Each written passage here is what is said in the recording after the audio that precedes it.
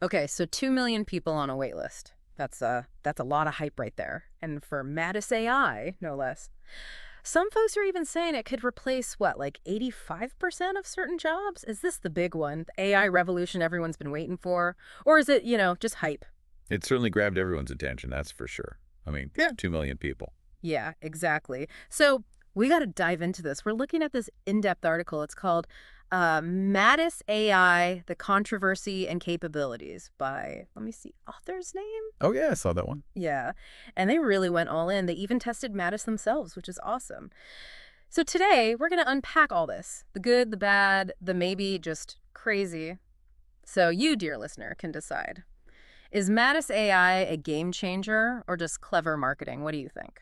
Well, from what I've seen, there are some pretty strong reactions out there. People are either amazed by Mattis or super skeptical. Right. The article mentions that too, yeah. It's understandable, though. Mattis does utilize existing APIs, like some from Anthropic's Claude. Oh, really? Yeah, okay. But the developers are saying the real innovation is in how Mattis is built.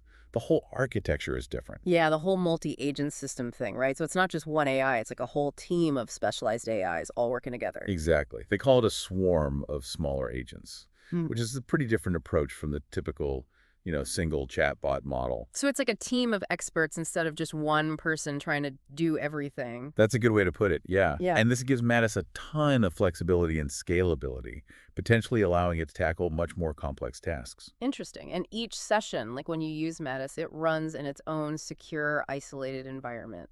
The article mentions that this helps prevent, what were they called? Prompt injection attacks. All right, prompt injection attacks. Essentially, that's when someone tries to hijack the AI's behavior by injecting malicious code into the system. Oh, like hacking the AI. Exactly.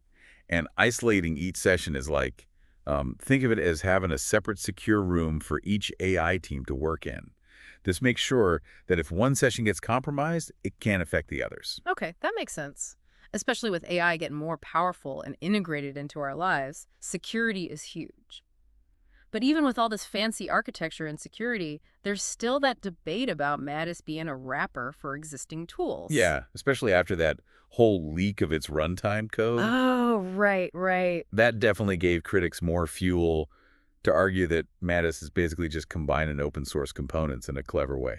But didn't the Madis team release some of their fine-tuned models for others to use? Yeah, they did. They insist they're committed to open source principles.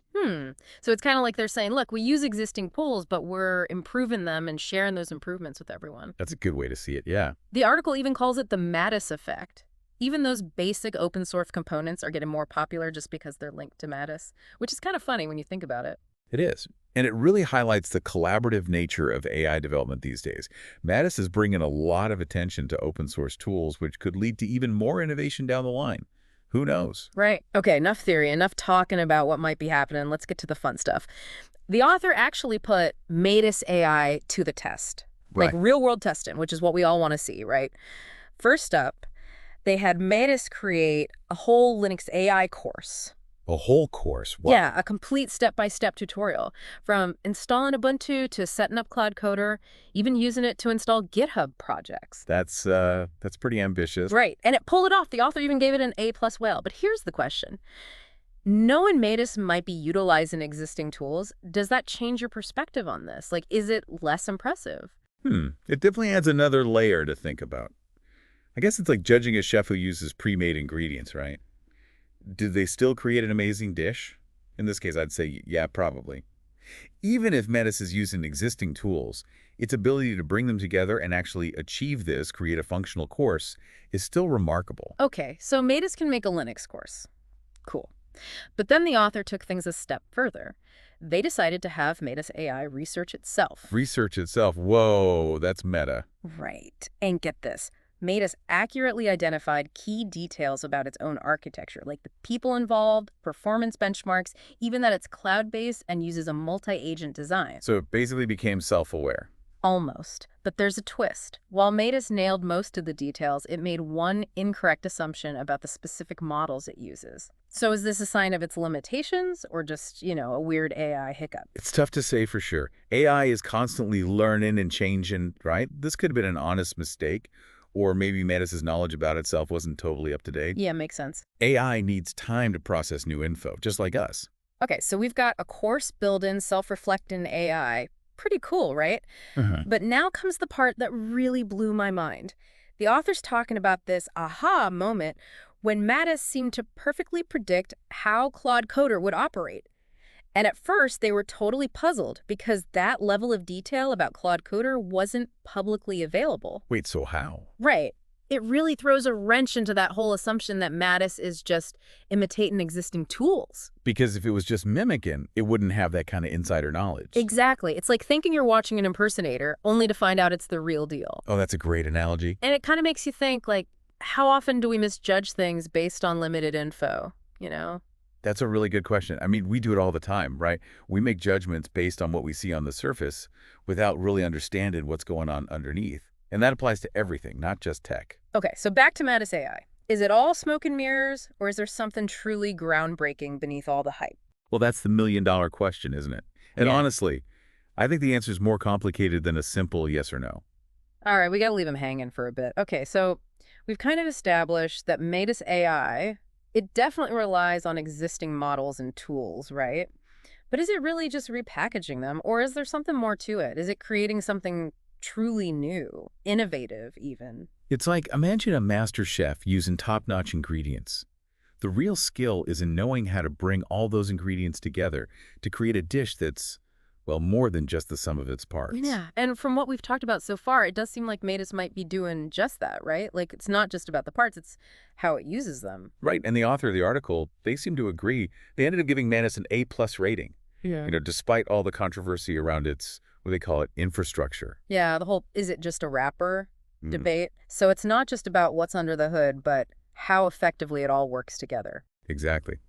And from the evidence, Matus seems to be pretty darn good at orchestrating its multi-agent system to achieve some, well, pretty impressive outcomes. Like that Linux AI course it built, right? It didn't just copy and paste code, it actually understood what it was doing. Yeah, it demonstrated a real understanding of the task at hand. Like, it picked the right tools, executed the steps without a hitch, and we can't forget about its ability to research itself. Yeah, even with that little error it made, it's still pretty amazing that it could grasp its own architecture and capabilities like that.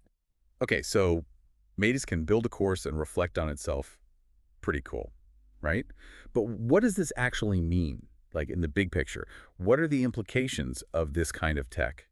That's the question we should all be asking, I think. And it's one that's both exciting and a little bit, maybe even a little scary.